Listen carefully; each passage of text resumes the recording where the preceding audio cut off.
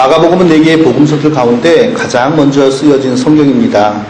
성경학자들의 연구에 의하면 마가복음은 제일 먼저 쓰여져서 그 다음에 마태복음, 누가복음이 쓰여지는데도 영향을 미쳤다고 합니다. 모든 성경이 다 중요하고 귀하지만 그 정도로 마가복음은 귀하고 더욱더 중요하다는 것입니다. 자, 마가복음을 마가가 썼는데요. 마가가 누구인지는 우리에게 너무나 잘 알려져 있습니다. 예수님이 승천하신 후에 120명이 합심하여서 다락방에서 기도했는데 그 다락방을 우리는 마가의 다락방이다 이렇게 부르고 있습니다. 바로 그 마가의 다락방, 그 집의 호주입니다. 마가의 어머니도 일찍 예수님을 따르게 된 신실한 여인이었습니다. 제가 기억하기로는 마가의 어머니의 이름도 마리아였습니다. 마리아라고 하는 이름은 이스라엘에서 정말 흔한 여자 이름이었던 모양입니다. 예수님의 어머니도 마리아, 또 마가의 어머니도 마리아, 그 외에 또 다른 마리아도 있고요. 굉장히 많았습니다. 우리 한국어로 말하면 숙자, 말자 옛날에, 요즘에는 그런 이름 잘 안 쓰지만 그런 정도의 이름이었던 것 같습니다. 마가의 삼촌 바나바도 아주 신실하게 예수님을 믿었던 일꾼이었습니다. 특별히 바나바는 초대교회의 아주 중요한 중심 인물이었는데요. 성도들을 가르치고 양육하는 데 아주 큰 은사가 있었고 재능이 있었습니다. 어떤 성경 구절을 보면 마가의 삼촌 바나바는 초대교회에서 선지자 직분을 받은 것으로 짐작할 수 있는 내용이 있습니다.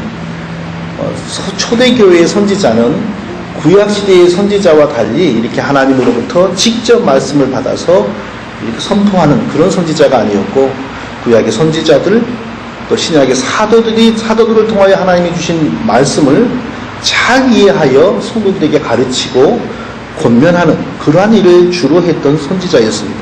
요즘에 문제를 일으키는 거짓 예언자들, 그런 사람과 비슷한 사람은 결코 아니었습니다. 자, 마가는 신실한 어머니와 또 믿음이 탁월한 삼촌의 영향을 지대하게 받으면서 성장했습니다. 그러니까 믿음 좋은 가족과 어머니의 혜택을 많이 누린 것이죠.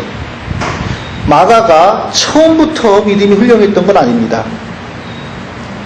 초창기에 사도행전 초창기를 보면요, 사도 바울과 바나바와 마가와 실라가 이렇게 한 팀이 되어서 선교 여행을 한 것을 볼 수 있습니다. 그런데 이 선교팀의 분위기를 누가 깨버렸냐 하면 마가가 깨버렸습니다. 선교 여행하는 도중에 뭐 좀 힘든 일이 있었고 불편한 일이 있었겠죠. 그래서 그냥 무단 이탈하여 어디로 가버렸습니다. 그래서 그 일로 말미암아 바울이 무척 실망하여서 나는 더 이상 저 젊은 친구를 데리고 다닐 수 없다.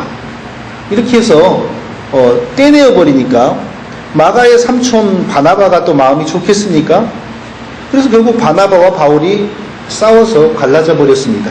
그래서 선교팀이 하나였는데 2개가 되었어요. 근데 결과적으로 선교팀이 2개가 되니까 오히려 그런 면에서는 좋은 일인데 그렇게 된 거죠. 그러나 우리가 결코 싸우는 것도 좋은 일이다라고 해석할 일은 아니겠죠. 우리가 부족한 것이 많습니다. 완전하지 못합니다. 허물이 많고 여러 실수가 많습니다.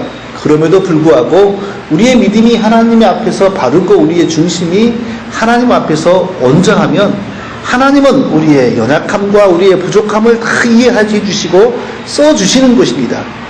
그러므로 우리는 항상 하나님 앞에서 내가 능력이 있고 내가 완전해서 하나님께 쓰임받는다라는 생각을 버리고 언제나 써주시는 하나님께 감사하고 겸손한 자세로 하나님의 은혜를 기대해야 되는 것입니다. 자, 사도 바울로부터 신임을 잃었을 때 마가는 분명히 낙심했겠죠. 마음이 우울했을 것입니다. 자, 이 당시에 사도 바울은 최고의 엘리트였습니다. 누가 봐도 그만한 사람이 없었습니다. 자, 유대교에서는 최고의 공무원이었습니다. 그러니까 법을 집행하는 검사였는데 검사들 중에서도 굉장히 높은 직급의 검사였습니다. 젊은 사람이 학식 있죠, 권세 있죠. 그러니까 대단한 거죠. 그래서 그 권세를 이용해서 합법적으로 예수님 믿는 사람들을 잡아다가 죽인 것입니다. 스데반 집사를 핍박자들이 돌을 던져 죽일 때에 그 옷을 벗어서, 그러니까 돌을 던질 때 옷을 벗어서 사울이라고 하는 훗날 바울이 된 이 청년의 앞에 두었다라고 했습니다. 그것은 무슨 말이냐면 이 청년에게 그 사형을 집행하는 권한이나 책임이 있었다는 것을 의미합니다.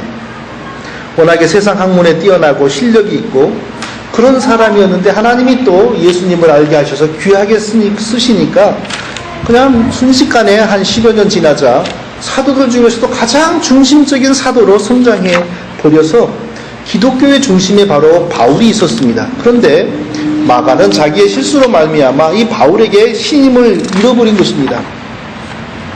굉장히 낙심했겠지만 그러나 그에게는 믿음의 어머니가 있었고 또 그에게는 또 다른 탁월한 지도자인 삼촌이 있었습니다.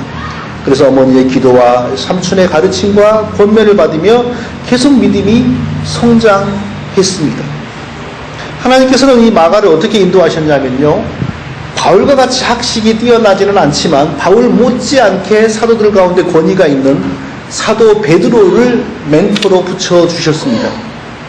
성경 외의 다른 기록을 보면 마가는 베드로를 모시고 자주 선교 여행을 했다고 합니다. 그리고 베드로는 어부 출신이라서 그렇게 학문에 능하지 않은데 베드로를 대신하여 편지를 쓰기도 하고 그런 일을 했다고도 합니다.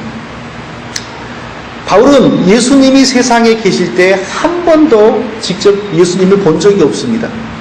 그러나 베드로는 3년간 하루도 안 빠지고 예수님과 동행한 것입니다.